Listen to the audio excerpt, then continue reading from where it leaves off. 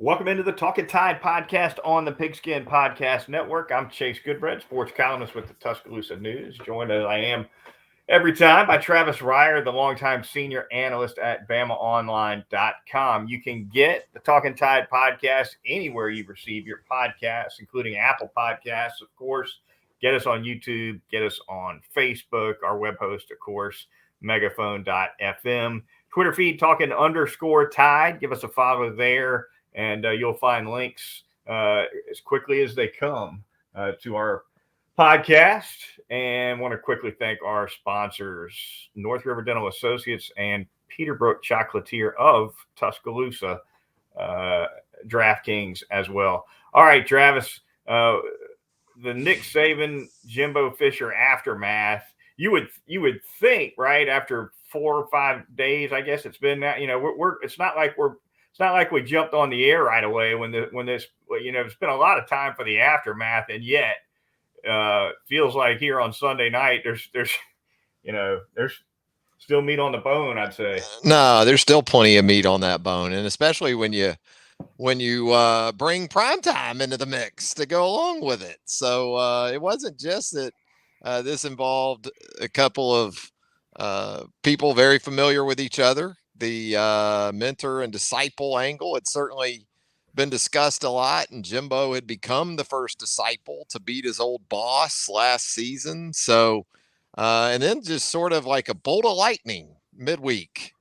Here comes the comments from Nick Saban, and you just knew Thursday was going to be something else after Wednesday night. You knew Jimbo wasn't just going to let that come and go unacknowledged. And then, primetime wasn't either. So Thursday shaped up to be a doozy during a time of the year when we're thinking, well, probably going to be pretty quiet going into Destin and SEC meetings coming up, spring meetings coming up. Maybe as we get closer to July and media days, some things will percolate. But wow, it got crazy midweek.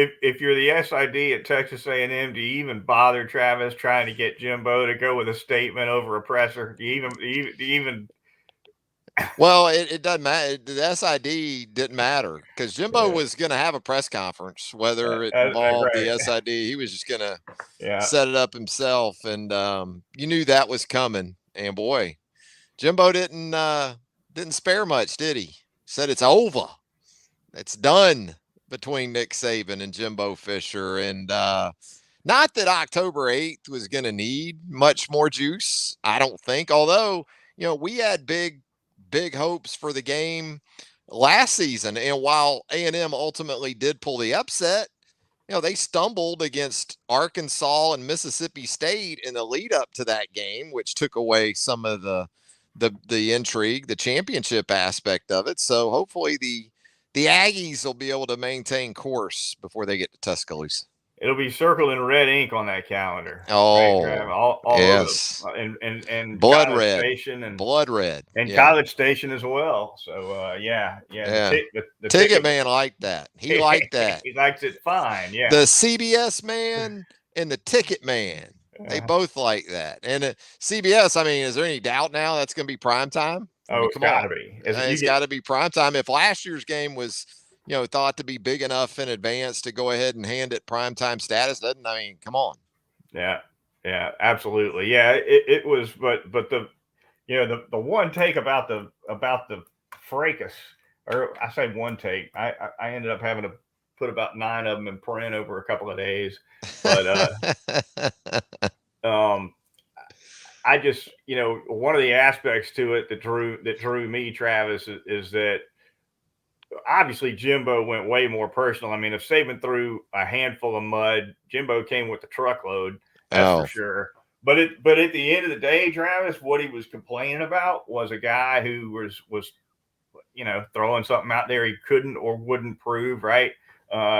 Basically a tease kind of thing. Well, what did Jimbo do? He did the exact same. Jimbo had a chance to come out looking great. If he takes a little more of the high road and maybe has some fun with it. Just, hey, good to know that we're on Nick's radar. Yeah. That maybe Nick's worried about us now. We beat him last season. We had this great recruiting class. It's just nice to know that when we talk about the greatest of all time, maybe we're living in Nick's head a little bit. But no, Yeah. Jimbo came off as bad or worse, maybe worse, in my opinion, because some of the things he alluded to, like, yeah, I know there is a collective, but I don't really know how it Right. works. Right. Come on, man. Things Yeah. like that. Really, I thought Dion came off looking the best probably in all this, because that was probably, I think we agree, I think that was Nick's biggest mistake in all of it. Or how about the tweet from Travis Hunter? Yeah. Yeah. He might have had the greatest take of the whole thing, right? Yeah, it was an amazing 24 to 48 hours. And like you said, it's going to continue to sort of simmer, I guess, and then we'll rekindle it, I'm sure, as we get closer to SEC spring meetings coming up here in the next couple weeks. And then, I mean, even though they're not going to be on the same day at SEC media days, it's going to be on the marquee there, I guess, in Atlanta this year, right? Bedlam is the word. That is bedlam. Jimbo. Yes. Jimbo's smart, though. Jimbo's smart to say that about the collective and not really knowing what goes on, because that gives him a buffer. Because when he gets players that are pissed about their deals, he can somehow look at them and say, I don't really know how all that works. It's not Sure, you bet. it's not an incredible thing to say. You know what I mean? It isn't credible, In a but couple of different ways. no, it isn't. But he's going to run that out there when he gets when all this starts to become difficult with players. That gives him that buffer there, because but I will say this: if he is out there directly recruiting with it to players, then he's still going to have to face some backlash, because it's going to go back to, remember when recruiting promises, Chase, were just limited to like playing time and maybe some things like that, and how much that's changed now. It's never, and we've said this, it's never been tougher to be a college head coach than right now. It would shake the plate tectonics at the top of the I mean, there's no question that that the more it becomes just a straight up money grab, Yeah. the big Texas schools are going to prosper. Oregon will prosper if it wants to. Yeah. Notre Dame's better off. And I haven't made the full list, but those are a few of the ones off the top of my head that are going to be just fine with all that. There's another angle that's out there that I wanted to throw at you with all this, and that Nick's comments were measured in that he was basically letting the fan base and the alumni and the Alabama money know, we got to get our money up. Yeah. But I don't even think you have to send that bat signal out to the Alabama folks, do you? They're ready.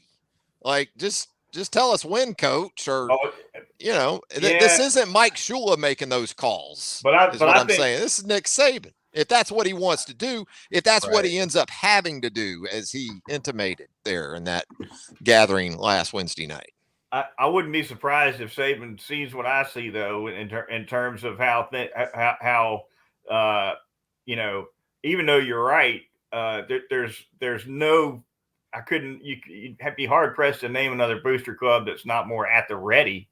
But pockets are pockets. You got what you got in them. And there's some awfully deep ones out there that haven't been really in Texas hadn't been in the game competitively. Right. Oregon's been more competitive, but certainly not much of a playoff. Yeah, and you're right. Texas money is different when you're talking UT and A&M. I mean, A&M, you're looking at an endowment of $1 billion. Okay, is in a B. That isn't the case even at places like Alabama that have folks that literally in estate planning and think wealthy folks that make that commitment in perpetuity to Alabama. So no, I get your point on that too. But I think it was another case where, okay, you wanted to go to more hurry up offense. You wanted to go to some different things, transfer portal. And at every turn, Nick Saban has cautioned folks against those things. And meanwhile, he's made the adjustment, and Alabama has made those type of things their own in the process. And this has the feel of that too. Okay. I mean, I don't think the pockets are as deep, certainly, when you talk about Alabama, and maybe even comparison to A&M, but folks are willing to give whatever they can to make it happen, to make the W's happen. I know there's a lot of fans that on message boards and sports talk radio talk about how disenfranchised they feel because of the portal and NIL. But when September the 5th or September the 3rd rolls around, they're going to be right there ready and hoping for another national championship run, regardless of how it comes about. Turning to the administrative side of the whole discussion, Travis. All right, hypothetically, I hand you a blank check. I hand you a pen. You fill in your name and whatever the number it would take for you to be the next president of the NCAA. No, you don't have your pen would run out of ink doing the zeros. There wouldn't be enough room on that. No, you know what though? That's where I think there's this sort of disconnect from the public in terms of what they think the head of the NCAA really is able to get done first and foremost, because he or she is going to work at the behest of the school presidents, right? It's like Roger Goodell in the NFL. Right. He works on behalf of the 32 team owners. Essentially, that's his job. That's one similarity. That's it.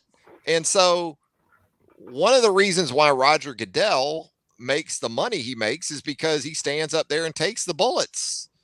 When things aren't good or when the leadership is perceived bad, how the hell are you supposed to lead when essentially you're being told the direction by 100 plus, 200, 300 plus school presidents? So see the dollars on the legal fees they've been spending too. That's what I mean. That's where I don't get where everybody, oh well, man, it's time to Mark Emmert needs to go. Now I will say this, in terms of publicly at least coming off as being even in the loop with where things were headed in advance of NIL and the transfer portal and things like that, that's where Emmert just came off as a failure, because he wasn't proactive. He wasn't in front, right?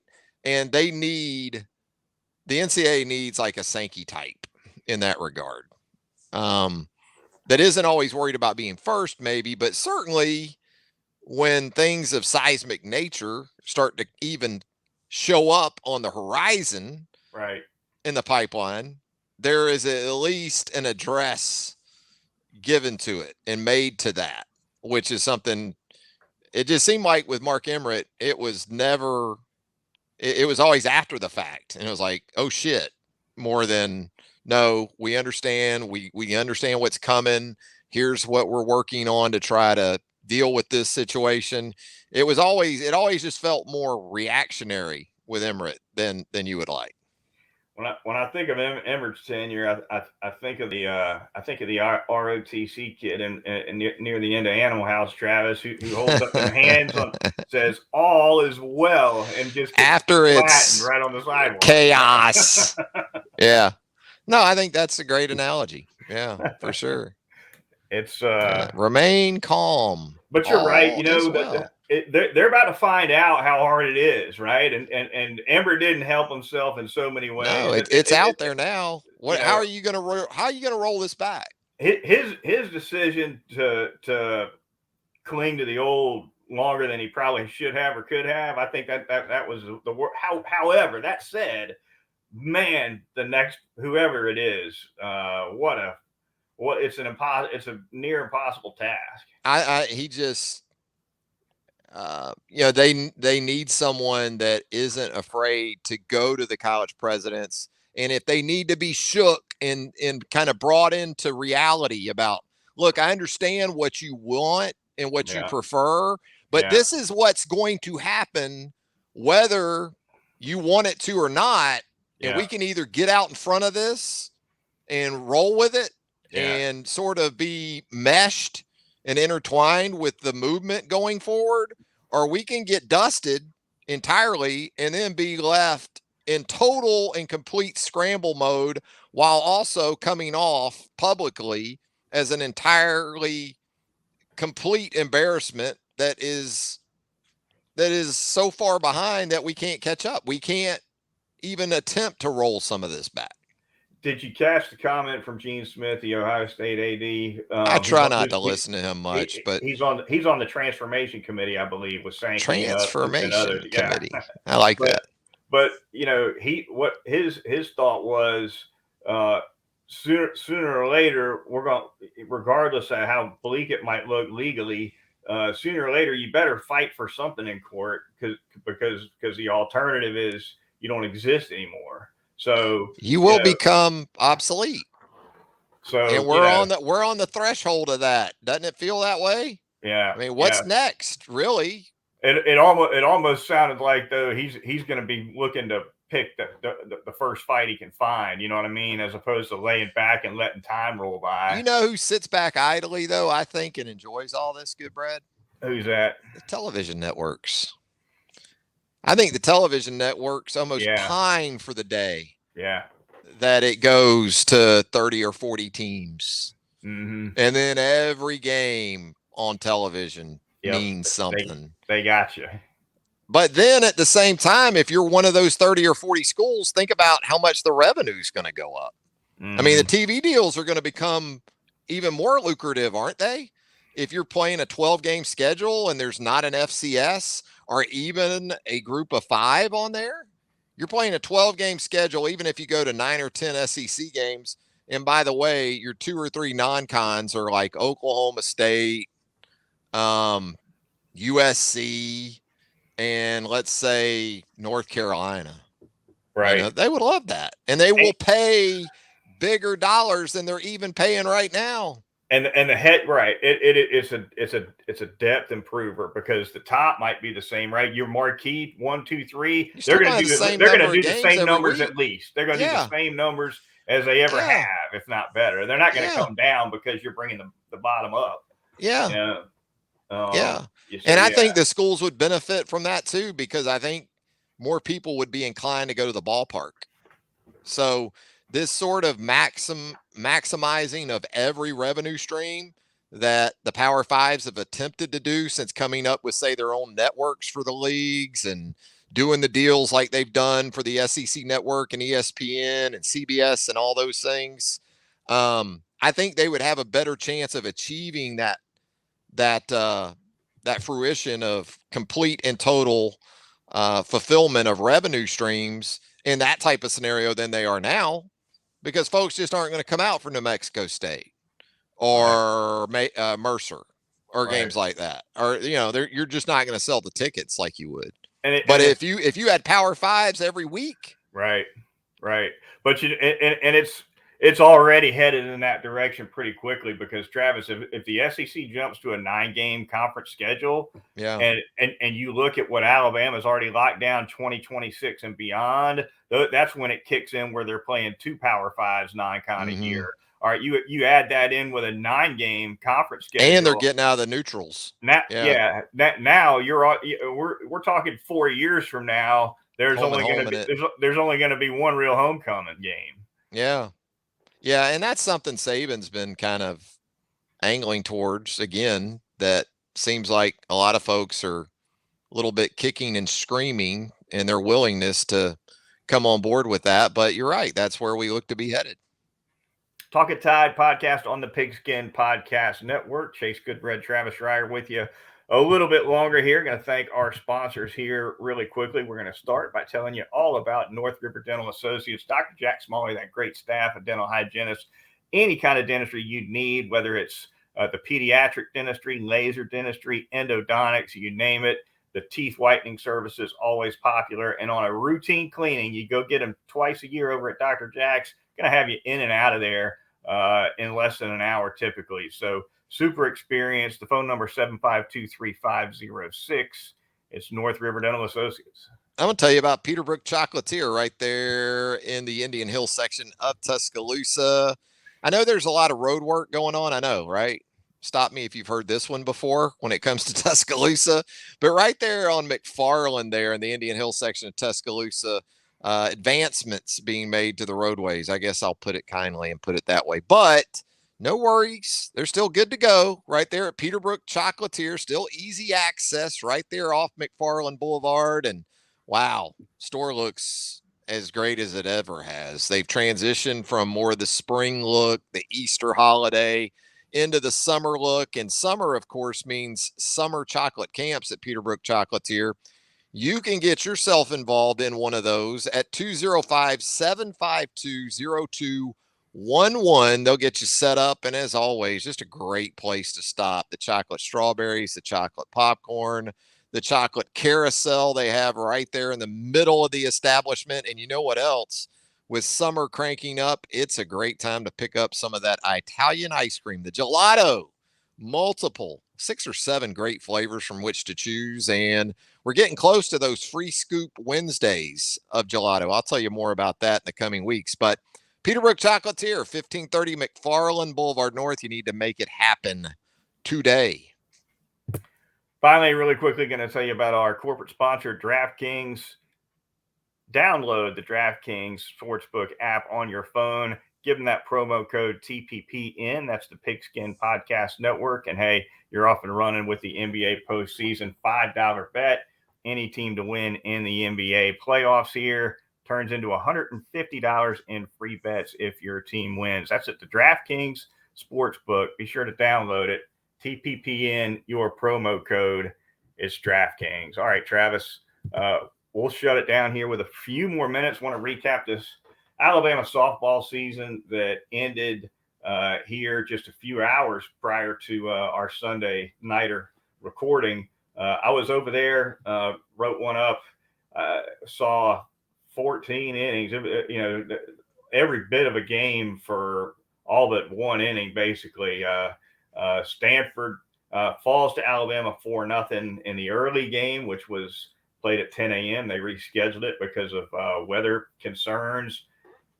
Montana Fouts blanks them, Travis. Then she turns around and puts up 5 more blanks in game 2. Ends up giving up a couple of tough runs in the 6th. In trouble again in the 7th. But what an incredible performance by her. No, she was plenty good enough, and she typically is. But when they needed her the most in that early game on Sunday, she was fantastic. And they finally got a couple of clutch hits. They've just really struggled offensively down the stretch. And, it seemed like to be the imperfect storm. Some of their veterans, some of their staples throughout the season had been very solid. And some of the freshmen had stepped up. Bloodworth, Goodnight, during the first half to 2/3 of the season had been very good. Tao is a veteran that you typically can count on. And she did come through in the early game on Sunday, but just not enough from that lineup, top to bottom. I think other than Ashley Prangy, once you got beyond her, really, to me anyway, it seemed like some far too easy outs late in the season. And those things happen. That's softball, but Montana was great. The injury to Lexi Kilfoyle obviously was not ideal and not having that depth that you'd like to have in the circle, but Montana was plenty good enough. It just game 2 on Sunday, at some point, you got to help her out and put some pressure on Stanford, with your offense. And Alabama just wasn't able to do that. And I know there's a lot of Alabama fans are not happy. It was a historic sort of result because of how dominant Alabama's been in the postseason in regional play. But I think that's also a testament to the job done by Patrick Murphy. If you're upset about Alabama softball tonight and you're upset at Patrick Murphy, well, that's in large part because of the job he's done. And I know you wrote about this, but it's true. they look to be in really good shape moving forward from a roster perspective, without knowing what could happen in the transfer portal and those type of things, because they were hurt by that. Because when you lose a Skylar Wallace to Florida, you lose a KB Sides to Arkansas, and even if you backfill with an Ali Shipman coming in from Tennessee and an Ashley Prangy coming in from Ohio State, you're still not at a net positive in terms of elite type of players. Right. Yeah, Murphy, an unreal job, streak of 16, would have been 17 straight, but the COVID year, Travis, of course, they didn't get the postseason really even going at all in 2020. But 17 years, 16 straight for Patrick Murphy to reach the super regionals, and I agree with you. The bottom of the lineup definitely had its struggles statistically all year. It was a top heavy lineup. I don't think there's any question for Alabama that. But Murphy sounded pretty upbeat that that's something that they can they can make some strides on going into next season. And obviously he feels good about the pitching coming back too. But disappointing way to go out for sure. But man, I couldn't have been more impressed with Bouts. And I'll say this too, Travis. Even if the number 2 starter had been able to maybe sub in sooner, had she been healthy, ready to go, maybe you get Fouts out a little quicker and save a couple of 3 runs. Doesn't matter because you still never scored. Right. That's the problem, is when, as good as Montana is and as much as she can just go and mount up the innings and the pitches and the strikeouts and all those things, eventually, even more so than so many people equate fast pitch softball to baseball, and it doesn't really match up in a lot of ways, but in the fundamental ways of pressure, eventually bursting pipes, if you can do that, then that's obviously going to be huge. And Alabama, just too much down the stretch, wasn't able to do that. Stanford coach said they had Fouts at 72 in her last inning of the second game. No, that the velocity's just, she's consistent with it, man. That's not a problem at all. But think of it this way too. If you could in baseball run the same pitcher out there for 14 innings, at some point that other team is going to have some success just because they're exposed so much to that one pitcher, right? Right.